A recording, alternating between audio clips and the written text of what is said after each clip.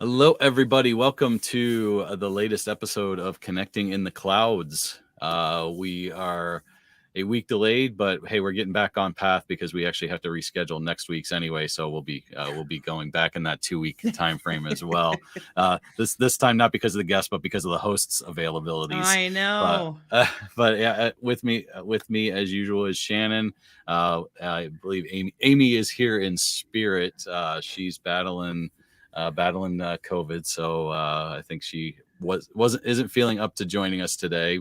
She might Hopefully still she be gets better. sleeping. Yeah, hopefully she gets better soon. And but we have the great and wonderful Karl Cooke with us today. So welcome, Karl, and thanks for joining us. Yeah, thanks for having me, and apologies for last week. No worries. That's Definitely completely fine. 100% my fault. I was in London with work, and I seen your tweet, Dwayne, and I thought, uh-oh. That would have I been guess funny it's if good. you would have had like a customer meeting and you would have also been streaming. You'd have been like, "Hold, please, come off of Hang on. mute." Like mute, and then yeah, you have your whole conversation. That would have been funny. I've got some guys I know who do like freelance stuff on the side, Mm. and so I've heard of that. And I've not seen this, right? But I've heard where like they'll like mute one meeting and talk actively in the other meeting, and then when they're done talking, they mute that meeting to come up. I'm just like, that's a lot of extra juggling. Yeah, Like I'm just not that good at multitasking. I same. don't think so. You know? You can't listen out of both ears. It's I like know. then you're I'm that like, then you're that person on the line that goes, could you repeat that for me, yeah, please? which is code for I was not paying attention. Which is code for I was completely not paying Yep. attention. I was Yep. doing something else completely. Yep. Oh my God. It happens so often. The worst Yep. when you get your name called and you aren't paying attention. You're checking your emails or something like that, and all of that. So, Karl, for we know you, and we talk to you, and we communicate with you through social media. But for those that are watching and watching this on YouTube and Twitch, why don't you give a little bit of a about yourself? Sure. So, yeah, I'm Karl Kirk. You can see my social tag just there. So on most socials, bar Facebook, because I don't have it, I am at that handle. So yeah, track me down, reach out, and say hello. I'm a Microsoft MVP in Azure. I'm a cloud architect at Avanade, and yeah, I love just getting involved in community things and giving back and just generally helping people. So that's just Thank you, me. Karl. Yeah, Karl's a superstar out there. Love his content. What I know you've been doing a podcast video excuse me, video cast of your own with a few other MVPs. Why don't you kind of tell us a little bit about that, and what the content is that you share on that one, because that's a really exciting one. Yeah, so I want everybody to hear I, about. th- I think we're probably 16 or 17 episodes in now, so that's 3 or 4 months worth of content. So it's Cloud Native Weekly. So I do that with Richard Hooper, or Pixel Robots online, and Wesley Hackman. So both former colleagues when I worked at Intercept, and we all love Cloud Native, and we have an active WhatsApp group with just the three of us where that's literally all we talk about, is Cloud Native and Kubernetes and stuff like that. And we thought, well, why not just do this for half an hour every week and actually stream it so Yeah. people might want to hear about it, Mm-hmm. because we're constantly learning new things and constantly, the cloud native landscape is huge and it can be overwhelming. So we thought we'd shed a bit of light on it, and you know I mean, that's what we're hoping to do, and for most weeks we're learning something as well, because there is just so much technology and so many projects to get to grips with, and we're just trying to share that in sort of bite-sized chunks, Mm-hmm. not hour long. It takes a major commitment to watch some multi-hour content, but we're trying to keep it short and Bite and sized. and, and bite size, yeah. Yeah. And we do a section on the show called 10-minute tech, where we literally take 10 minutes to look at a specific piece of tech. So it's no major in depth. It's just a quick look at what it is and what it does and how it can help. So I mean, I'm enjoying it. I didn't make it yesterday because, as we were saying before the show, my entire family has COVID, so I didn't make the show this week, and actually haven't made the show for a couple of weeks with work travel and such. But we enjoy it. It's not specific to Azure, which the MVP in me, needs specific to Azure stuff. But cloud native, it doesn't really matter where you're running the cloud native and Kubernetes stuff. So we're trying to be inclusive of all clouds and all environments. So yeah, it's a lot of fun. I enjoy. I mean, we'd be doing it anyway. We might as well be streaming it once a week, just us having a chat about the thing we're passionate about. Yeah, definitely. I mean, Shannon can add to this kind of how connecting in the clouds kind of came up. Like, I invited Shannon and Amy to do a podcast with me, and we had so much fun. And Shannon and I have done lots of webinars together and things as well. So we had so much fun doing it. We're like, hey, let's start a video cast. Yeah. Right as Shannon starting her new position. So it worked out. Perfect timing. It worked out. Yeah, and then, because it allows us to talk freely and talk cloud cloud independent as well, because now Shannon now I have to know AWS, and you'll get a kick out of this. I was doing a lot about AWS and stuff like that. So yeah, I just signed up. So I tried to take the Solution Architect Associate exam. Now it's a lot, right? It's a meaty exam. I failed by like 20 points, which isn't terrible. Like I know the areas I need to go and improve on. It's more on the resiliency, and those were the areas I admittedly kind of brushed past. I'm like, I have a good handle on this. No, I don't. Which you would have passed if it was a Microsoft exam, because you got over 700 on it. Right? Yeah. So AWS, yeah, and then only the practitioner is 700, then it goes 725 and 750 for the professionals. It feels like a Cisco exam. The goalposts are always moving, right? A little bit further. And then they don't give you the exam results right away. So I hit like finish or whatever, and I'm like, did I pass? And like, your results will be in your portal in like 48 hours. I'm like, what? No. So then I went to Twitter, and Dwayne's like, I should have said this too, because I knew you were sitting for this.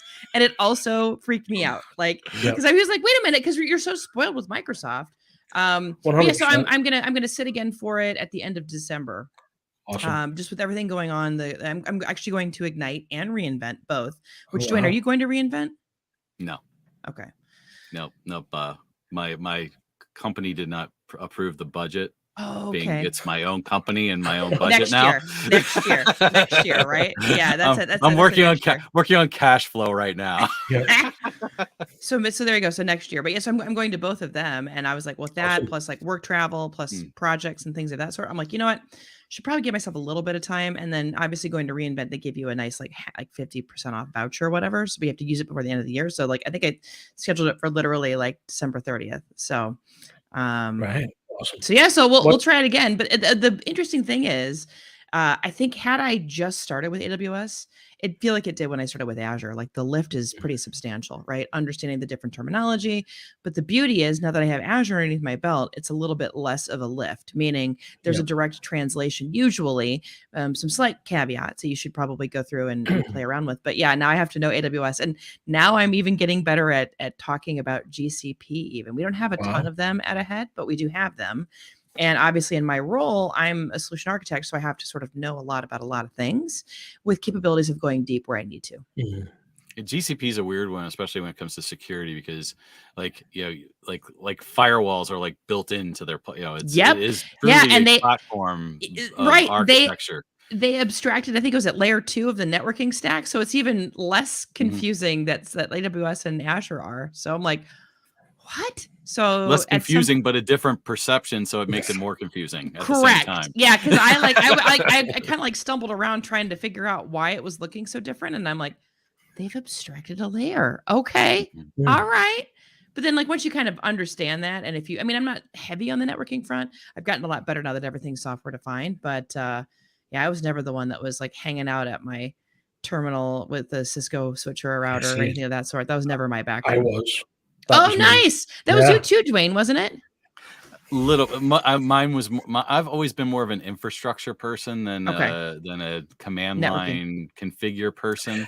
I did do that for a year. I was configuring like Cisco wireless access points for the GM assembly line, and I'd like configure them at my desk and send them off for the UAW to install on the assembly line for their. It was kind of early on IoT, actually, IoT back in like 2003, because they had these handhelds that they'd put on the dashboard of the cars down the assembly line, and we had a series of access points that it would check in and upload the checklist as it went through, as it went through each of the areas. So it was like 2003. I'm sure that the device was probably this big, and now it's probably it's an iPhone now, probably. Or an Android, probably an Android device. Or it's even smaller, right? Maybe it's just like a. It's probably just the chip in the car at this right. point, right? Yeah. You put the chip in the car. It's the smart system that's all in every car now. So yeah. I think that's why. And I stood around and I project managed the engineers that were doing all the configuration on Cisco, on big Cisco 1,000 and 3,000 boxes and devices. So yeah. We were doing changeovers, and we were doing changeovers from Cabletron to Cisco in the GM plants. So yeah. Wow. But yeah, I tried the CCNA once, and I think I failed miserably. So then I moved on with my life. I think mine is expiring now, actually, and I always toyed with the idea of going back and taking the CCNP for I'm working with a lot of enterprise customers, so it's good to be able to hold your own in those conversations, but I can hold my own in those conversations without going and putting myself through the stress of doing the CCNP, so. Yeah, there's a guy. Oh, go ahead. Go ahead. I think one of the reasons I enjoyed the cloud native and the Kubernetes stuff so much is for the same reason I enjoyed networking and troubleshooting networking, because you can get your hands dirty in the terminal. Yes, a lot of it's code and a lot of it's automation, but if you need to understand how it all works together, and there's a significant amount of networking and networking smarts that goes on in Kubernetes as well. So that's the attraction for me. That's how I got brought into a customer when I was at Microsoft. I wanted to learn Kubernetes, but they were struggling with networking. So I forcefully taught myself Kubernetes and networking, but then my roles switched and changed and you moved around. So now I'm going back to it by way of my current role, but it probably won't be this year that I sit down and do heavy, it's, what is it? It's the CCNF. What is it? No, CKA. That's what it is. Yeah. Certified Kubernetes Administrator. That's what I would like to go toward, but I mean, it won't be anytime soon. I think you're now studying for that, aren't you, Karl? Yeah, for about the third time. So I haven't ever sat the exam yet. I start studying, and then life gets in the way. Sure. And then the voucher expires, and then you have to start again. And so it must be the third. And I was the exact same with my CCNA back in the day. It must have taken me 3 attempts just to get to the finish line. Not because I failed any exams, but because kids, life gets annoying. Yeah. So unfortunately, kids ruin everything to some degree. Yeah. They're fantastic on a lot of fronts, but they change and shift your priority levels. The schedule changes due to children an awful lot. Yes. Yep. Yeah, I've had similar things this fall because my son decided on a whim hey, I want to play football this year. So he's playing American football, not what you know as football, Karl. Okay.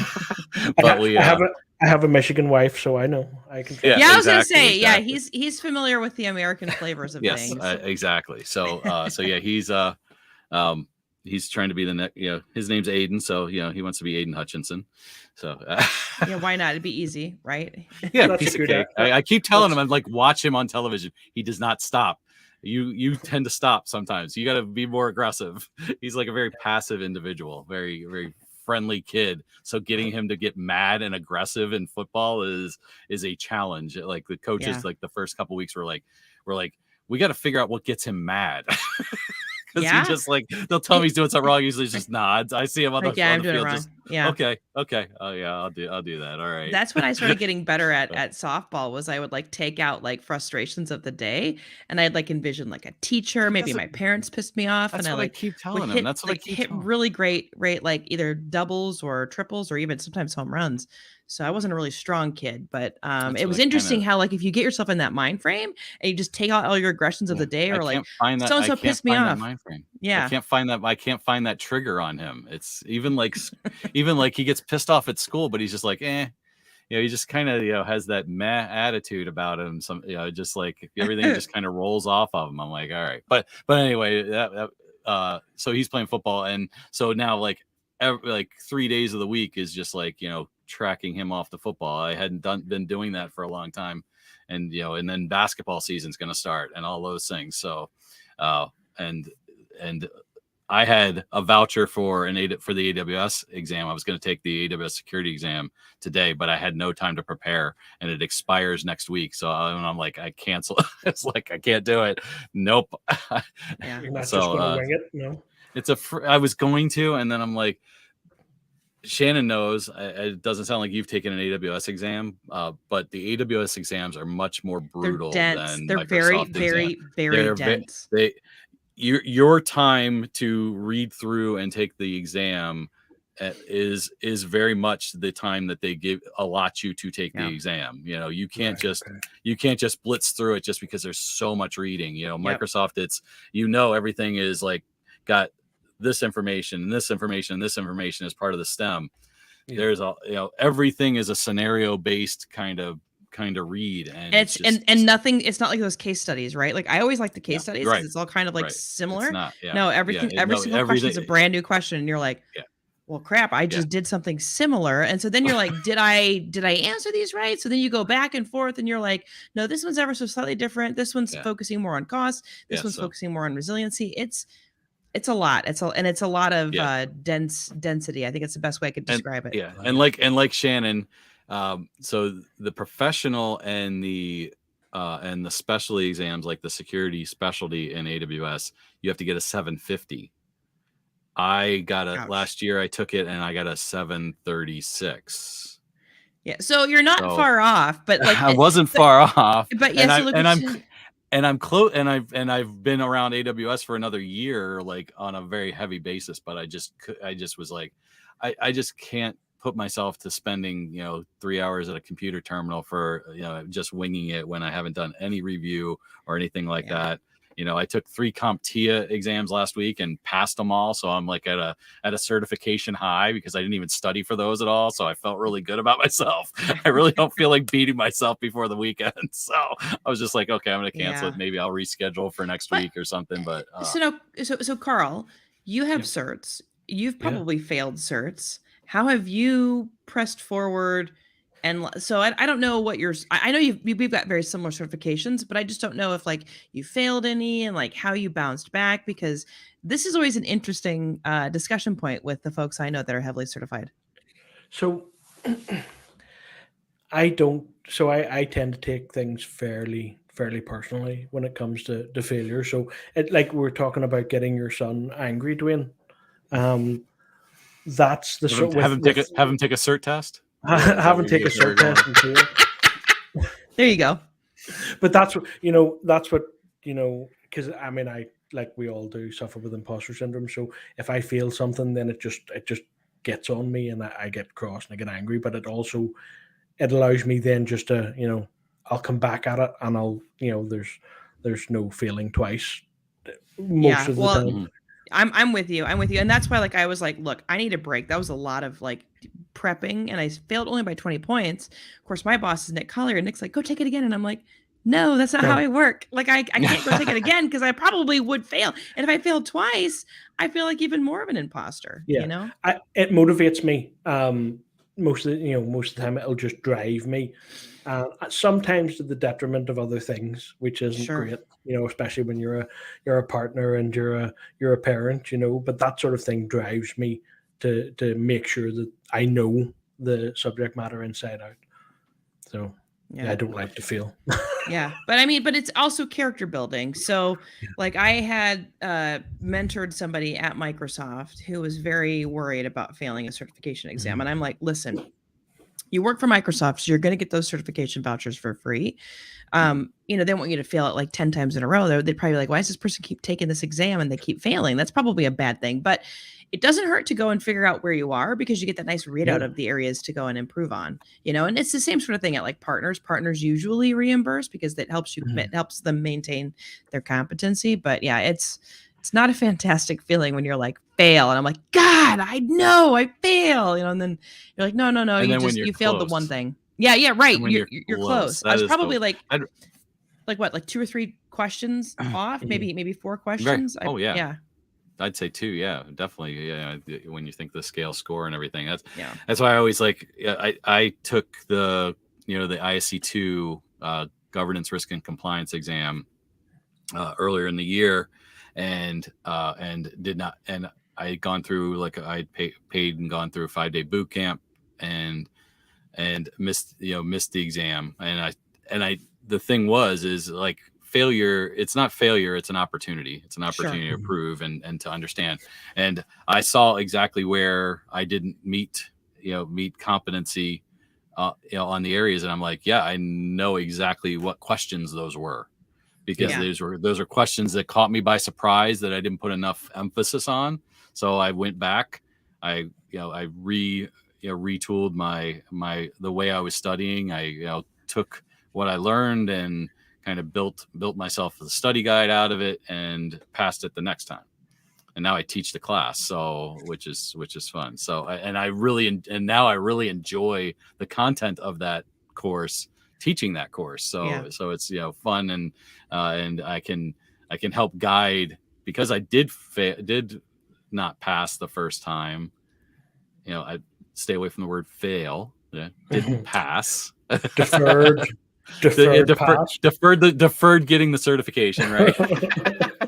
I can tell my students when I'm teaching the class where some areas of emphasis would be, because I know, because I didn't pass, it gives me a little bit more from a instructor, a different perspective, because if you pass, you don't really know where your weak points were. When you don't pass, you find out your weak areas. Yeah. Except for the one thing with Microsoft is Microsoft does give you that bar graph for every one of their exams, which is nice too, because then really you useful. can know where you got to learn some things. I'm looking forward. I didn't pass the beta for MS 102. I found out, after waiting for 6 months for that one. I was close on that one as well. And I'm taking that in a couple weeks, and looking forward to, this will be my first exam with the Microsoft Learn add into it. Yeah, so that's right. So I'm looking forward to see how that works, especially, and put my Microsoft Learn search skills to work a little bit on some of those weaker areas. So is it a distraction, or what do you think? I mean, some people are going to try and wing the exams as they always do. So, I mean, you don't want to spend your entire time searching around the Microsoft Learn site just for the answer, so you've got to balance that, right? I'm one of those people that that when I'm doing an exam, I go by my initial gut feeling, because historically, if I go back and change, I'm never one that goes back and marks and reviews an answer, because if I do that, I'm probably going to change it to the wrong answer. I don't try to overthink things. Yep. So I go through and I just blitz through it. So my thoughts are, use that Learn for those areas where you might not be as comfortable. Sure. To kind of just verify your answer. I'm not planning on, my guess would be, you can't have, if you're searching every question, you're not prepared for this exam, and shouldn't probably even hold the certification. And you're probably going to run out of time and not pass because you've run out of time doing it, because you can't go search every freaking thing. So that's my thought is, my thought, and the way I think of using it is just to verify, some of those trickier questions is the way you should probably use it. It's the SKU questions for me that you used to get about what was available and what SKU you had to select. And that was always my favorite. Well, sorry, that wasn't my favorite. I did just say it was my favorite. I'm like, has the coffee kicked in yet? Hard to say. But yeah, those were not my favorite, because I think to myself, in an actual true working situation, aren't you looking that up anyway? Yeah. Mm-hmm. And so I've done some exam item writing for Microsoft exams, and I think they've gotten away from of those like licensing questions that Yeah. they had in the early days. I haven't written a licensing question myself in quite a while, so I think those have kind of been deteriorated, probably because Microsoft's changing the names of things so much. You'd have to like rewrite exams for licensing for licensing name changes. So yeah, so those are always fun. But yeah, I know what you're talking about. Those licensing questions were always a weird one. Now a lot of times in the STEM, the licensing is already called out, and then it's just the features that you're answering on. So yeah. And that's what I like there about the Kubernetes exams, the CKA. Sorry, my voice is going. But the CKA is open book. You're allowed to get into the Kubernetes documentation, and that's useful when you're doing things with lots of YAML files and stuff like that. So that sort of and it's 100% hands on. There are no multiple choice questions or anything like that. So having the docs there to be able to go and grab a template YAML file or double check, whether your syntax is correct and stuff like that is super useful. But again, if you spend your entire I suppose it could be a bit of a distraction in the same way. You don't want to spend your entire exam in the docs, or you're just not going to make it. You've still got to know the content. You've still got to know the stuff. Pretty much inside out, and then like use those docs links for support. Now, what's the recertification process of that CKA? Oh, I have no clue. That's something I really really really focused on. Like AWS and Google make you retake the exam every 3 years, just like Cisco, right? You have to retake the exam. And one of the things that I like about Microsoft is obviously the self assessments. With my ISC2, doing talks and teaching and things, get my CECs. I think CompTIA actually has a similar route to that. Same thing with PMI, but I have a difficult time saying, okay, I need to, this exam that I spent all this time studying for, I've got to retake it in 3 years after I pass it. I think quick Google tells me that's how this the CKA exams are. They're retake them in 3 years. There aren't that many of them, but it would be useful if you were able to, like Cisco did. I don't know if they're still doing it, but you could take another exam, a specialty exam or something, and that would renew your lower exams. But it would be good if the Linux Foundation and CNCF did that. But every 3 years.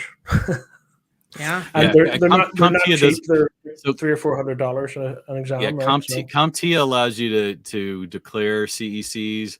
Or the same thing as you take other exams, they'll renew the lower level exams as well. So that was something that intrigued me about CompTIA, and with the fact that now I'm full-time freelance instructor and all of that, being an MCT, I can teach CompTIA courses as well. You become a CompTIA instructor as well. That's one of the qualifiers to teach CompTIA courses is being an MCT.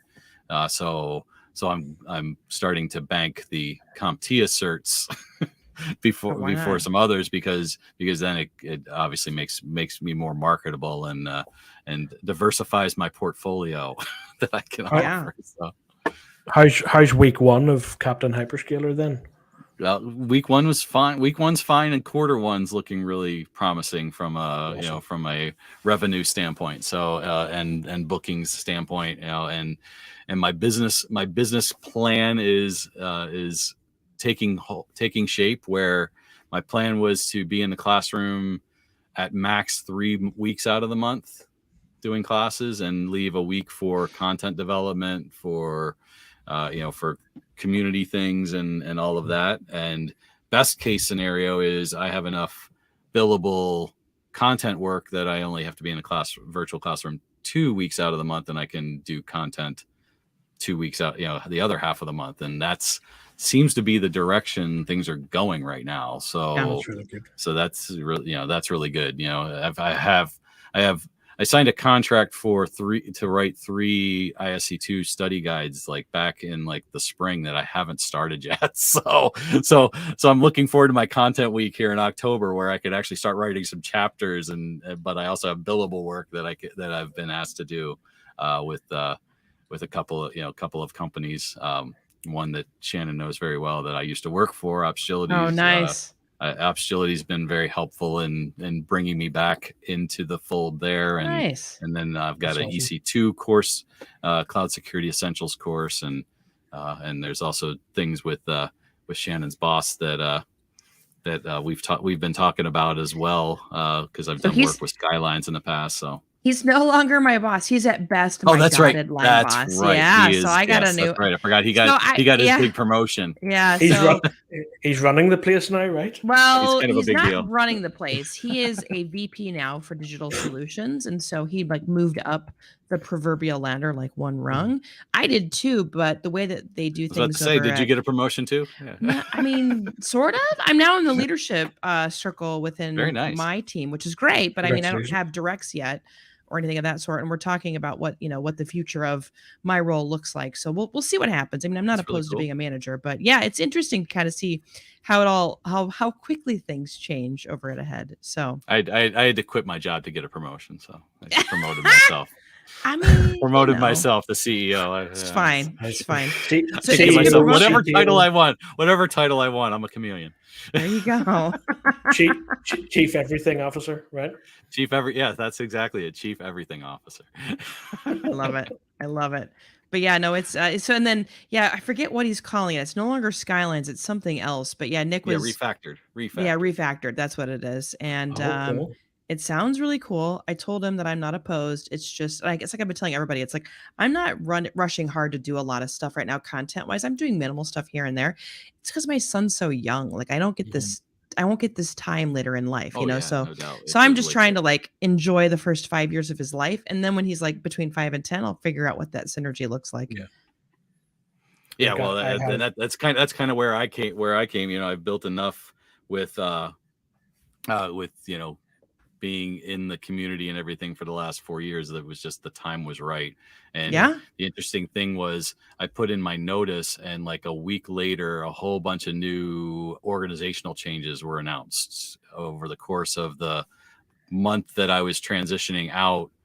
All this stuff started happening that possibly I might not have even been in the role that I was in this month. So I was like, and that was kind of where I was this summer. I was starting to get a little uncomfortable. I've been through this with other organizations. I've been in other managed service providers that have purchased companies or made these different changes, and I started seeing that taking shape. And I'm like, I'm 52 years old. I don't want to go through this again. Yeah, I mean, it's you know what? And you know what? I got enough stuff that I can probably make more money here by myself. Yeah, exactly. It just, well, here's another question. Do taxes get crazy for you now that you don't have like somebody preparing all of that for you? Or do you like do you have an accountant? Like, how does that work? I do have, I've got an accountant that, that I use for my personal, and I have one of my previous positions. They had a great culture, and I got to talking to a financial guy that I continue to talk to, and he kind of helped me a bit with things that I got to take into account. So got it. The big thing is I'm running as an LLC. I'm not really doing payroll or anything like that. Okay. It just kind of protects my personal finances, having that LLC layer, but it's really works a lot like self-employment. So the only thing that I have to do though is we all pay a level of self-employment tax. I have to pay both the employer's contribution and my contribution for that, on top of like the other FICA and all of those, Social Security and all of those other things that we pay as citizens in the United States for our taxes. So but yeah, but it's not a whole lot. It's like, instead of, we pay like 7.5% and the employer pays 7.5%. Now I just got to pay 15. So it's like, I'm putting like 50% of what I make to the side just to make sure that I cover it until I really know what Makes the sense. taxes are going to be. But that should be, I was told that's more than enough. Putting like 35, 40 would be fine, but I'm just going to cut it down the center, and the rest goes into savings, helping to pay for my daughter's university, and then my youngest, when he goes to university, make sure that we're still putting money aside and things like that too. So, and based on my revenue stream already, I should be comfortable. So that's all that matters. I look forward to following that journey, because as you know, Dwayne, I harbor not just yet, Avanad, if you're watching, but I harbor I harbor future ambitions to do something similar. Maybe not. I think we all do, don't we? Yeah, You want to be your own boss. Yeah, maybe not 100% training, but I'd like maybe a 70-30 split in the consultancy versus sort of training provision. Mm-hmm. So yeah, I harbor hopes and dreams. And my future. thought is to maybe get into some consulting and things like that as well. But right now, training and content seems to be giving me enough of a revenue stream. So if that's that case, I'm going to continue to do that for as long as possible, and till like and the nice thing is, virtual training I can do anywhere. I've got a virtual training kit in a backpack that if I need to go somewhere or go on a family vacation, I can teach like a half day while they're sleeping. And I've been doing a ISC2 course that's Monday and Wednesday, and it's on Asia time. It's like, I have students from Australia and New Zealand in the class. I'm doing it, and it's 6 a.m. to 8:30 a.m. my time, 2 days a week, for an 8 weeks. So I'm just, and I'm up that time anyway, getting kids off to school and things like that. So by 8:30 I'm finished with that course, and after 8 weeks I'll get paid for it. So it's like a nice little, and then I can teach a regular 9 to 5 course in the regular time. So I'm actually getting paid, for 2 things at one time, during a month. So those Awesome. are, things that I that I figured out as I was going down this route, that there were opportunities there to build revenue in during off hours and things like that if I wanted to. And are you building? Sorry, I'm asking lots of questions of you here, but he's taking down notes, is what he's not telling you. Yeah. Notebooks right here. So it's all going to end up here. So in terms of obviously you built that footprint in the community, and I assume that's how you're getting a lot of your the training that you've done and the footprint that you have in the community. Is that how you see maintaining that pipeline then?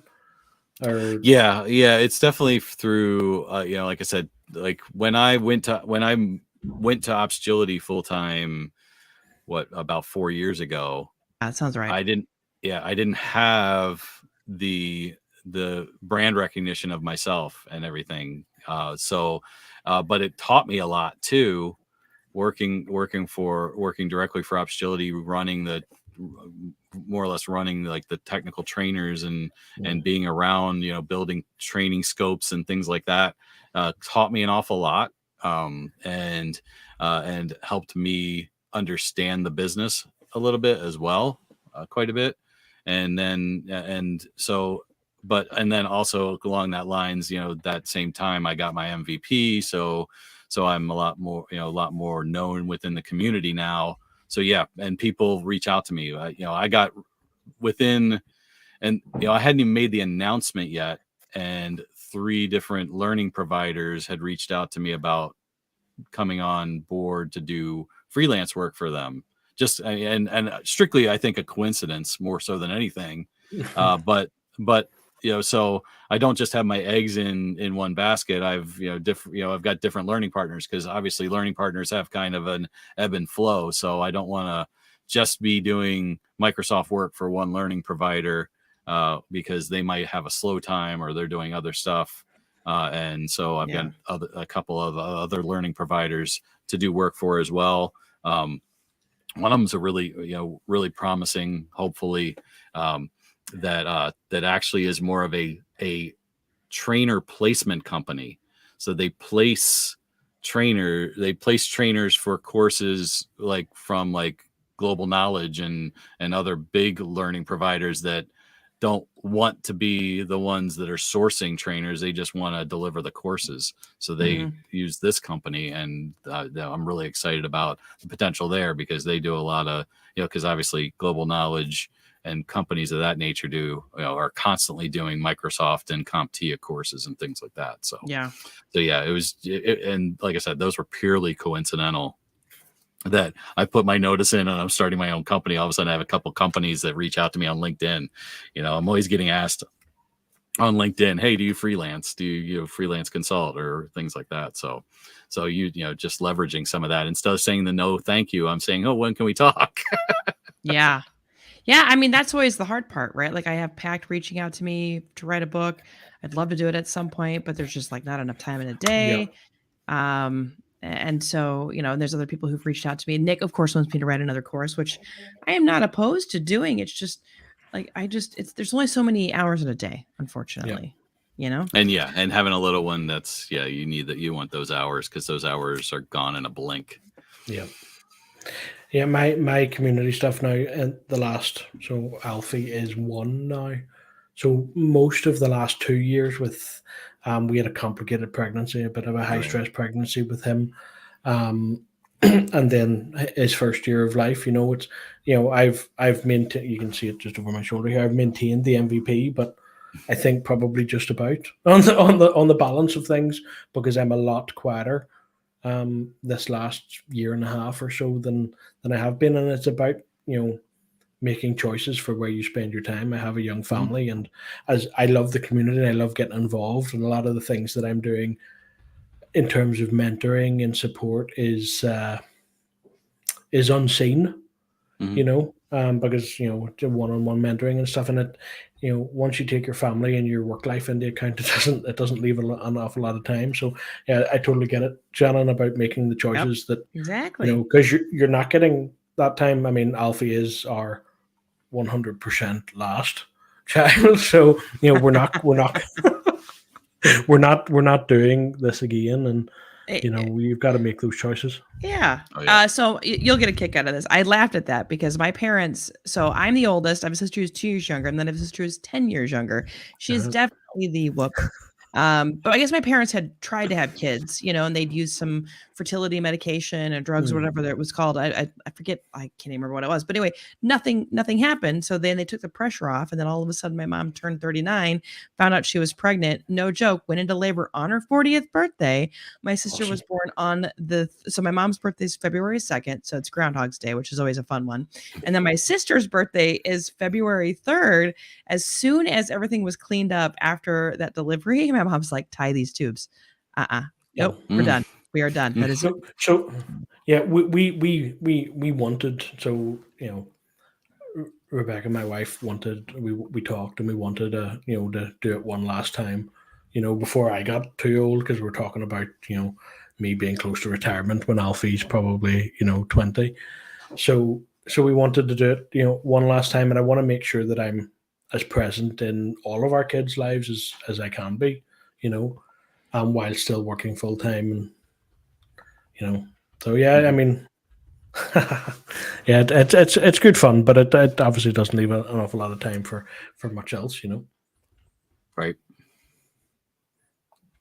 No, definitely. I mean, yeah, like I said, I'll attest now that mine are at that independent stage of things, that it goes in a blink. And we went on our family vacation this year, and and it was almost like this might be one of the last times, with my daughter being 20 years old, and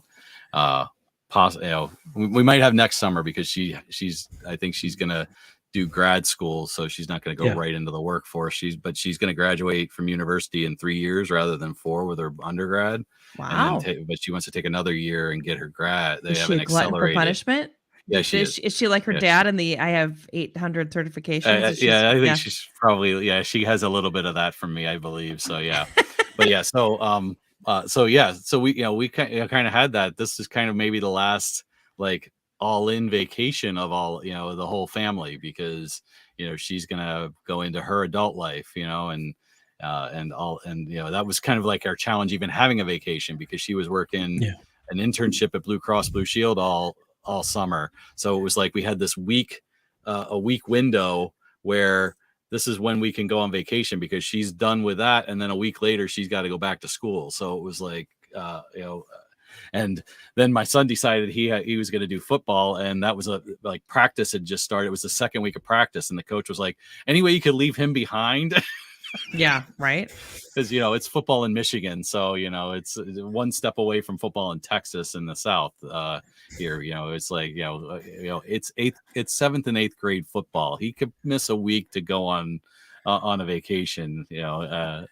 So yeah, the coach was like, I'm like getting phone calls while I'm on my anniversary trip with my wife from a guy I know. He's like, I was talking to the coach. He was wondering, can Aiden stay with me for the week so he doesn't miss practice? So like they were like finding housing for him and everything. Wow. Like, oh my gosh, come on. Karl, you've got 5 kids. I don't think I knew you had 5. Yeah. What's it like with all of those? Because only one lives outside the home. Only one's on her own, right? 4, one's got her own place, but 4 at home.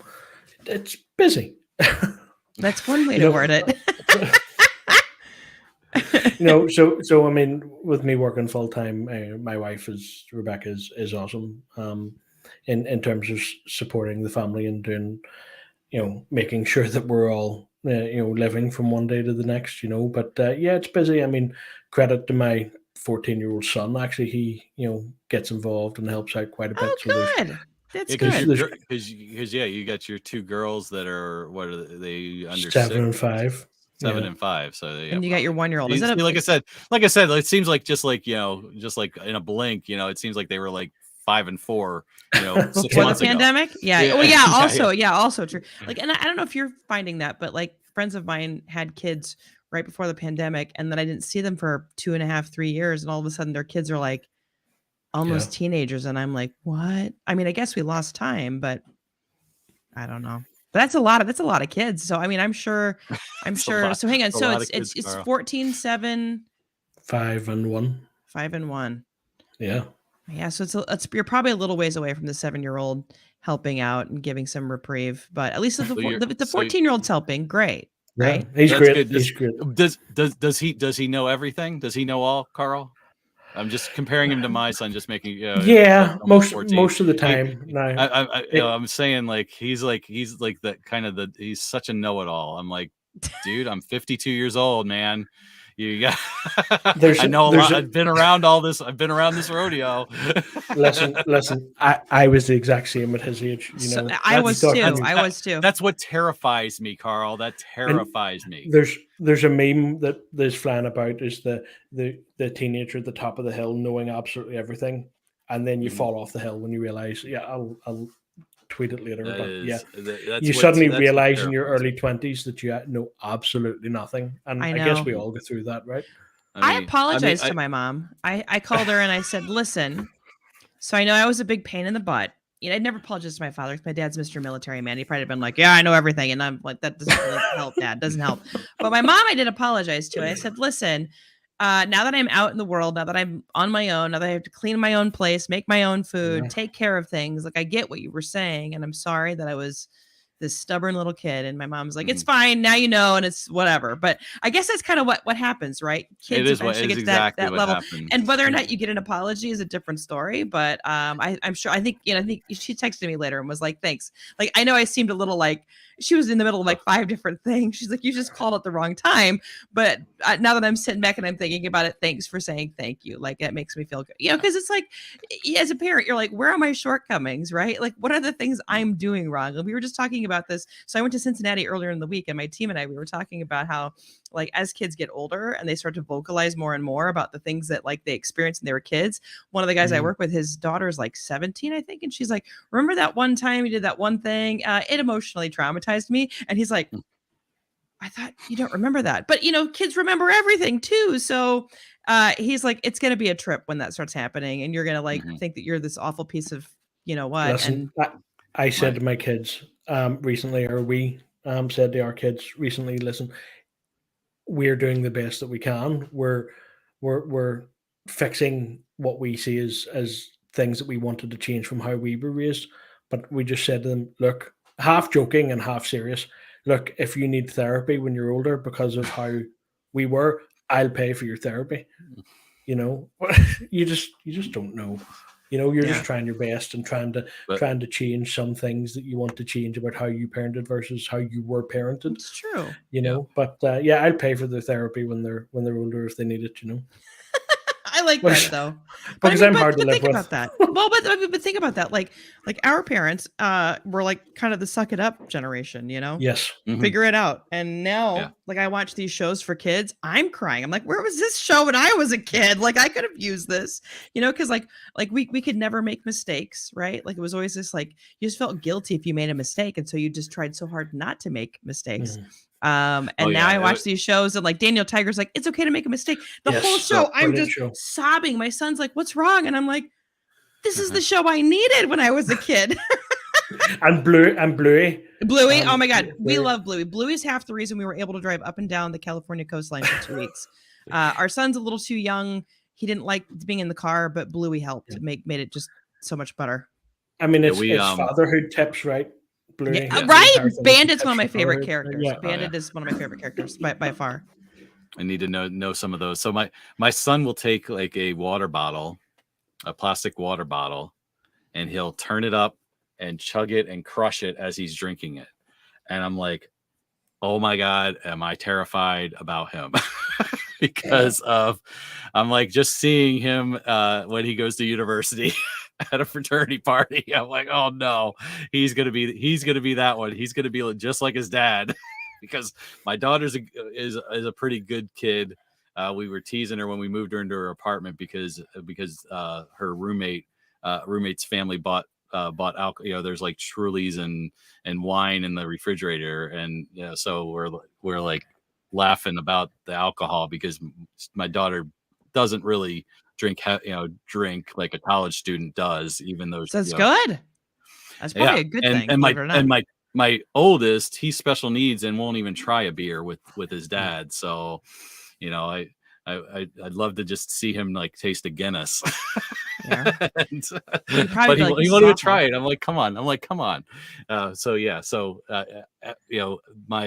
So my 13-year-old is the boy's boy of it all. So and the one that's gonna push the limits and all of those things. There's always one. There's always one. Like it doesn't matter how many kids you have, and oftentimes if it's an only kid, that is the kid. That's the kid, and that kid just sort of just knows by de facto they're going to be that kid.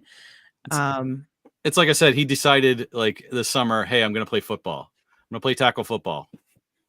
At 13 years old, 8th grade, I'm going to play tackle football. He loves tackle football. He goes, I'm going to play it in high school. Now, and my wife never wanted him to play any of those types of sports. He played baseball, and then as he grew, we're like, okay, basketball is where you need to go, and he enjoys basketball, but he said, I think I like football more than basketball. And so okay, and then he tells my wife. He tells us one day we're at dinner or something. He goes, when I get old enough, I'm going to get a motorcycle. My wife's like, oh, no, you're not. So it's like he's testing the limits. He's going to be a bit of a adrenaline junkie, I think, to test the limits and where things are going to go. And I did a little bit of that. I'm probably maybe a little more conservative than he might be, but yeah. Just noticed my wife in the comments there. Yeah, I was wondering. I thought that might have been your wife. Nice. And that's she 100% right, and that's something I have struggled with because apologizing is key, and from how I was raised, it's so hard to do. Right? Again, it's the notion of You have to admit I'm you're not sorry, wrong. and it's you were wrong if you say I'm Yeah. sorry, and it's like, and then you watch these shows and you're like, where was this show? I needed this Right. show when Yeah. I was a kid growing up. It's okay. We all got there. Clearly therapy works, right? Because the generations that are building these shows, this Gen X, older millennials, maybe even the younger millennials, they're starting to, write and contribute to these shows. They also have like therapists who analyze the writing before it actually becomes a full-blown kids show. And I'm like, wow, these kids are going to be kids to watch. Like I just had this conversation with my mom over the summer. Generation Z, right? They're the age that's coming about to being able to vote, and that's when things are getting crazier on the voting front here in America. And I'm sure you're watching. I'm sure your wife is too.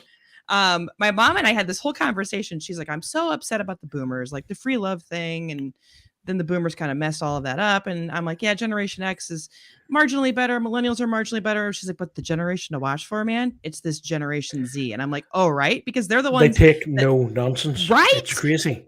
Right. And my they're mom pointed afraid this out. of no one. Right. They're afraid of nobody. She also said that they're the ones that lived through all of those awful school shootings.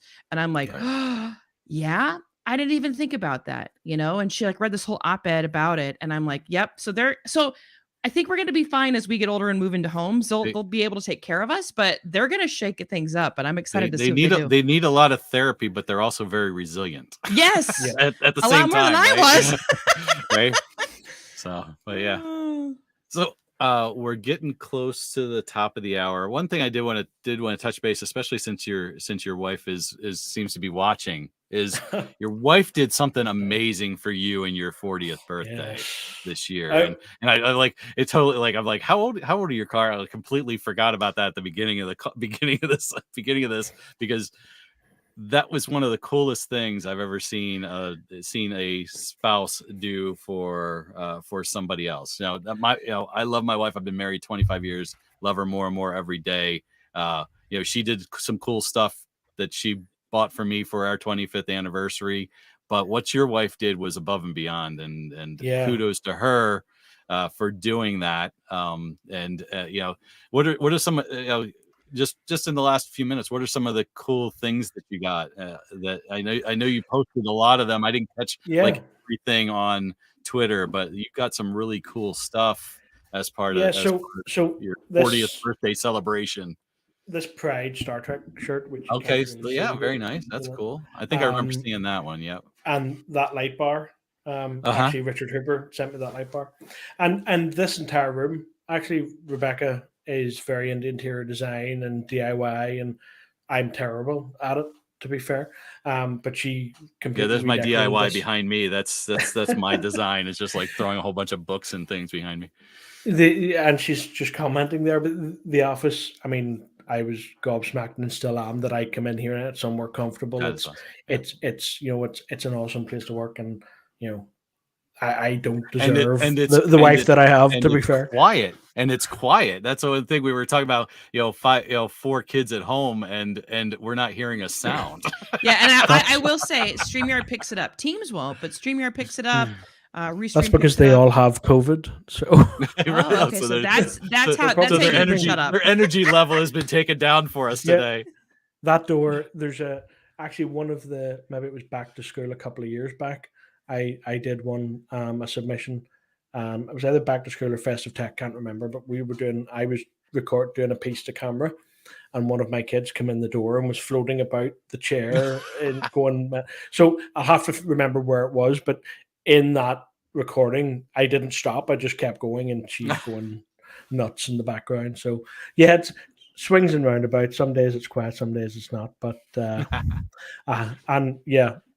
a set of wave panels above. Got some soundproofing. Yeah. Very nice. Very nice. But yeah, it was very privileged and very thankful for a wife like Rebecca and someone to do something like that for my 40th. And I have big shoes to fill as we approach our 10th wedding anniversary next month. This month, actually, not next month at all. It's okay. The month just changed, so it's okay if it's October. You're still within that window of forgetting that the month had changed. So we'll give you a pass on that. Very nice. No, Karl, I appreciate you joining us today, Shannon. Love talking with you as always. Always a fun. Yeah, and I'm glad you were able to do it today, Karl. But we would have figured out if you couldn't have done it, we would have worked with you. So we know how it is. I mean, I definitely know because I'm back in the consultant life. So I was just in Cincinnati yesterday. So it's like it's becoming one of those things where I have a lot more empathy now that I'm back in the hot seat, seeing customers in real time. So. Did you drive into Cincinnati or did you fly? I flew. I probably could. So there's an office down there for a head. It's about a 5-hour drive. It's a little bit out of what I would like to do. So I usually just fly. It's about a 45-minute flight. So it's not terrible. That's not a bad drive. Chicago's no, 5 it's not. 5 from me, and Cincinnati's about 4. I think if I was to leave, what's crazy is realizing how close everything is over there. I don't think I realized, like, for instance, when you fly in, you fly into Kentucky, right? And then you drive to Cincinnati. It's like a 30-40 minute drive. It's like, what? And then you start realizing like Dayton's not that far. Columbus isn't that far. And you're like, what? And then you really think about it. Like Cleveland's only about 4.5 hours from Cincinnati. You're like, okay, so yeah, Ohio's not that big of a state, evidently. But your frame of reference is always kind of it's weird. More wide. There. I think everything's kind of central to west. And really in Ohio. So but yeah. Well, anyway, I have to drop for a call. Karl, always a delight. Thanks for joining us today. We definitely appreciate it. Thanks for having me. We'll have to have you back. Yeah. That's literally what we'll have to have you back at some point. Maybe we'll do it. And best of luck. Hopefully, Rebecca and the kids get better soon. And and you can sidestep COVID for the rest of the year. Wear that hazmat suit until then. Yeah. The hazmat suit. I love that. It's just outside the door. Very nice. All right. Well, take care. Have a good weekend. Yeah. See you later. Take care, everybody. Bye. See you next time. Bye-bye.